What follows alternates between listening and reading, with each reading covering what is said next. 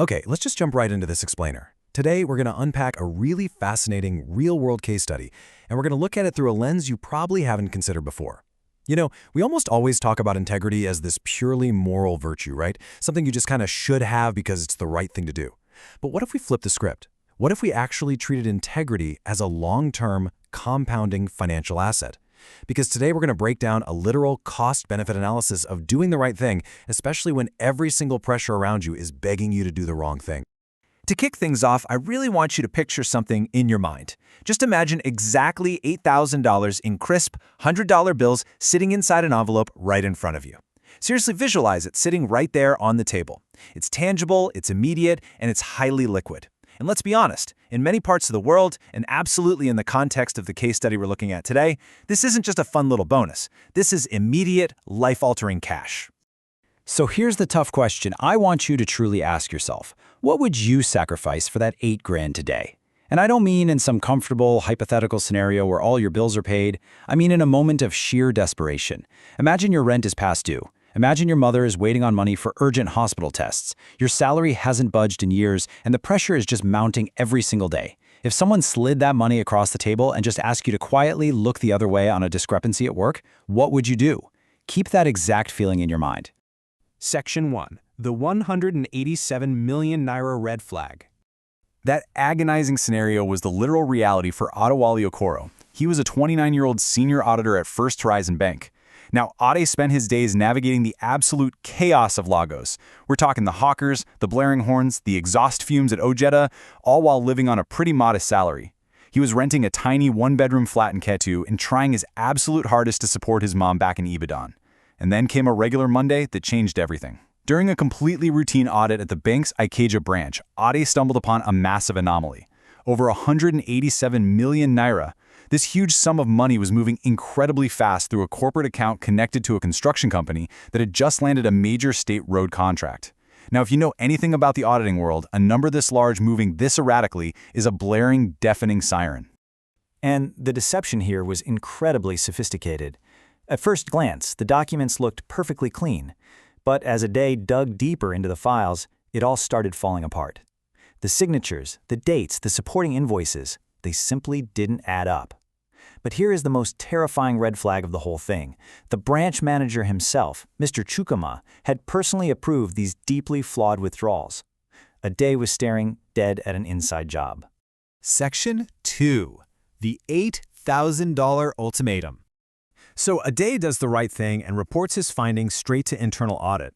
But the very next day, that same branch manager, Mr. Chukwuma, pulls him into an office, actually draws the blinds, and slides an envelope containing $8,000 across the table, just to, look the other way. He casually called it appreciation, told Ade the big man would handle it, and dropped that classic line, "Everybody does it." Suddenly, Ade is forced into this brutal cost-benefit analysis. Think about the short-term liquid benefits here. They were immense. He could immediately pay his overdue rent, completely cover his mom's medical tests, and even buy a small car to finally propose to his girlfriend, Funke. But the long-term costs? Devastating. Taking that cash meant actively endorsing a massive fraud, completely destroying his core principles, and permanently tying himself to a massive web of corruption. Section 3. The heavy cost of honesty. Ade stared at that money. He thought about his mounting debts. And then he pushed the envelope right back. He literally said, "I can't, sir. This is wrong." Now, you'd think he'd get a parade for this, right? Wrong. Integrity isn't free. The cascading costs Ade paid were almost immediate and incredibly severe. Just 2 weeks later, he was transferred to the remote Calabar branch, basically sent into exile. His allowance was slashed, and his chances of a promotion vanished overnight. His colleagues totally isolated him, mockingly calling him a saint. And the final, most brutal blow, the financial pressure and the sudden long distance, became way too much for his girlfriend Funke. She abandoned him. Ade was left completely, utterly alone. Section 4. The House of Cards falls. Yet despite being exiled and totally heartbroken, Ade operated exactly like a long-term value investor. Down in Calabar, he just kept his head down, quietly improved their local compliance scores, and waited for the market to correct itself. And this is exactly how the timeline played out, showing how short-term thinkers eventually crash and burn.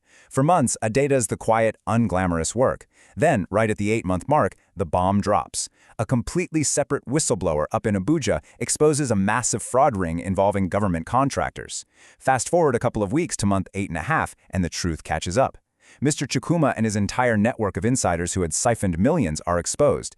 Senior managers are arrested, and First Horizon's share price absolutely crashes. By month 9, a fully panicked board of directors is desperately forced to review all the red flags they had previously ignored. To really grasp the stark contrast in leadership at play here, we have to look back at Chukwuma's arrogance on the day Ade refused the bribe. Remember what he said? "You think you are the only honest person in Nigeria? Foolish boy, you will regret this." I mean, that is peak arrogance from a short-term thinker. He just assumed everyone has a price and that he had the system entirely beat. Now contrast that directly with the new, completely no-nonsense CEO they brought in to clean house after the crash.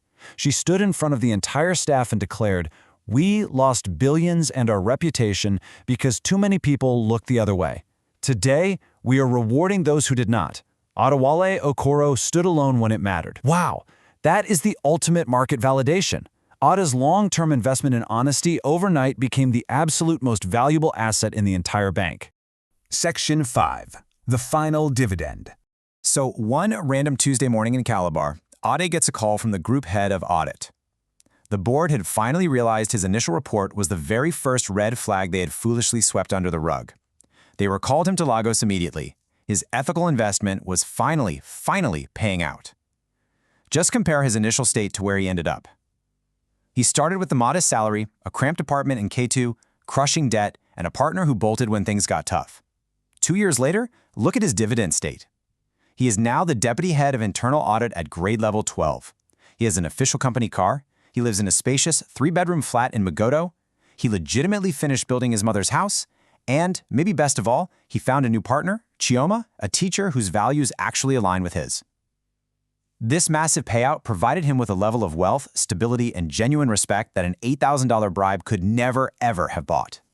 As Ade stood on his new balcony in Magodo, it hit him just how disastrous the alternate reality would have been.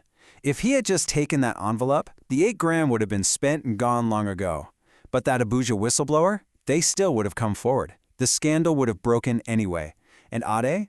He would have been swept right up in the arrests, totally empty-handed, completely disgraced, and most importantly, he would have lost himself. It literally would have been the absolute worst short-term trade of his life. Which brings us perfectly to the core thesis of our explainer today. Integrity always pays. Sometimes the dividends just take longer to clear. Your principles are an asset that genuinely compounds over time. Did it cost Aldi time, comfort, and relationships in the short run? Absolutely. But the long-term yield? It was bulletproof. So, as we wrap up this explainer, I want to leave you with this final, really critical thought regarding your own career.